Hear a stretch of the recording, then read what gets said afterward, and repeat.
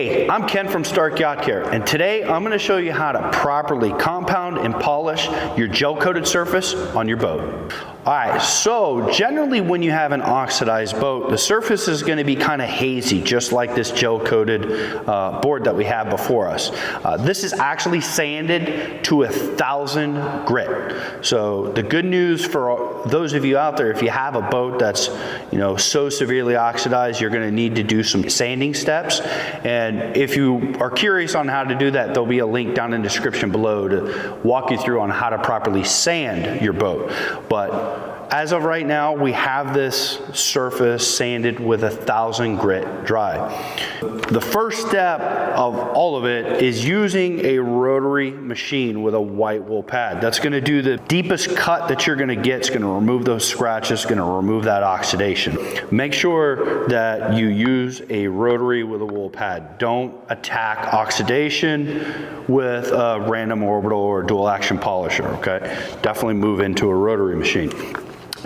The first step that we're going to use is your heavy cut. The heavy cut that we're using is level R, okay? Simply take it out. Now she's nice and thick, and what I like to do is I'll simply just spread it, kind of like toothpaste. And just because this pad is new is the only reason why I'm going to kind of prime it. Moving through the steps after that, you won't have to prime your pad. So first, kind of like spread it around, okay? And the key to using level R properly is starting it low and slow. So on this Makita, I literally have it set on about 800 RPMs. So the first pass is going to be 800, and then I'm gradually going to step up the RPMs and finish at about 1,200 on my final pass.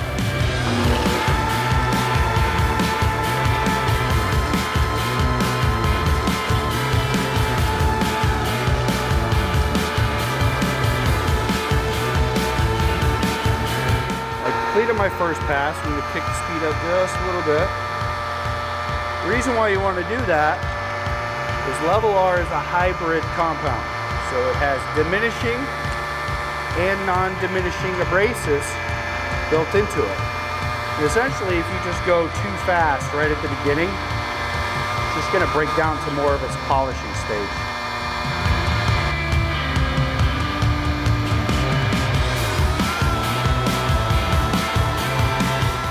The most important part is when you're on your final pass, keep that pad nice and flat.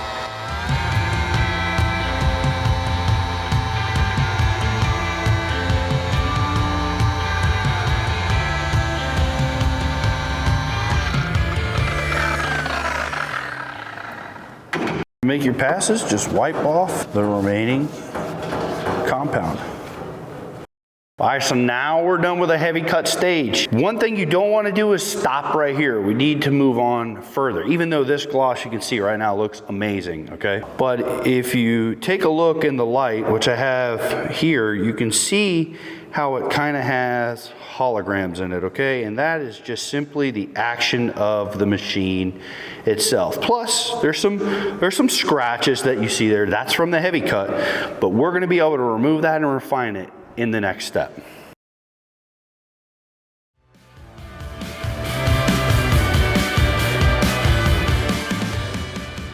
Now you have your heavy cut stage done. Now it's time to get into polishing and refinement. And what we're gonna use is Starke's Finish R, okay? This is a hybrid finishing polish, essentially an aggressive medium that finishes down like an ultra polish.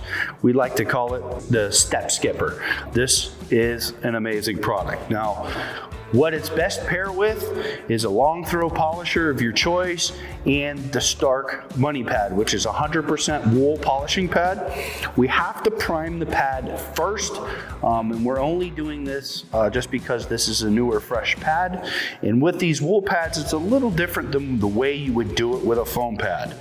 Simply, we're just gonna sit here and do what I like to call a spiral. It's simply that easy, okay? Now, what I'm gonna do to prime it, I'm gonna stick it directly on the surface. I'm gonna have my speed setting on about 2, no pressure at all.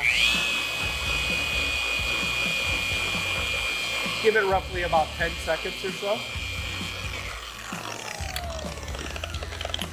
And now you'll see that that pad is now properly primed.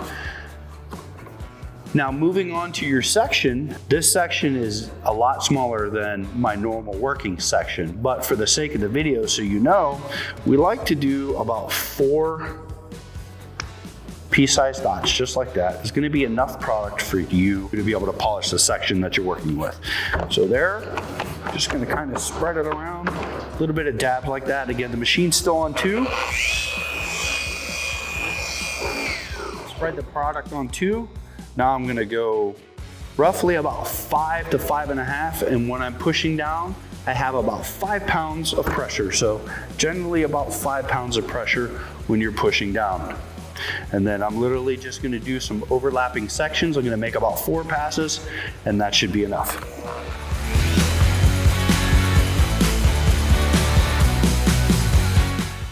Pay close attention to my arm speed. This isn't a race, slow and steady. 50% overlap. I'm gonna go down to my last pass now.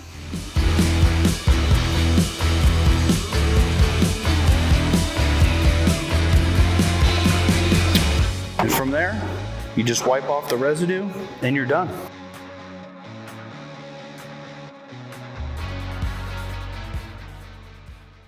Now you can really see that gloss. It's really enhanced, it's really popping out. So now here's a good reason why this is so successful. If you look here, now those swirls that you had before from the rotary machine are now gone. That's why you want to utilize a dual action polisher. That way you don't get those holograms when the light hits the side of your boat.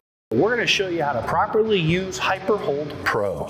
HyperHold Pro is a cream-based polymer sealant, okay? Generally, you're gonna see 3 to 6 months of protection. However, we have seen, results far more than that. But today, we're gonna take you through on how to apply HyperHold Pro, and that way you can get the best results. The preferred method is utilizing a dual action polisher. You can apply it by hand. However, I would caution you because when you apply it by hand, it's not as consistent to spread it, and thicker will not deem better longevity. Having a thicker substance on your substrate or on your gel coat, all it's gonna do is simply make it a lot harder for you to remove. Use a dual action machine, it'll be a lot faster and it'll make the end result a lot better. What kind of pad would you use? There's many different pads out there. Obviously, you want to choose a pad that's going to be the least aggressive. Now, the pad of choice that we're using for this demonstration is an all black microfiber pad by Buff and Shine. And why microfiber? Well, a couple of reasons. One, when you use a foam pad, and if you have to use foam, that's perfectly okay. Red foam, black foam, white, which is generally your least aggressive pads. However, what I find and what a lot of you out there will find too is the polymer sealant will actually kind of absorb into the foam, and it's not as consistent. Well, with it being on a microfiber pad, it's gonna not soak into the foam. You're gonna be able to put a more consistent layer on it. And the beauty of microfiber is if there is no abrasive in it, it's not gonna really cut at all. And this one's an actual super soft microfiber as well. Simply, all I'm gonna do is put 4 pea-sized drops on my microfiber pad, set my speed to 2, just tap it around. Now, this is not a polishing stage, so you don't have to go multiple overlapping stages. Simply just spread it.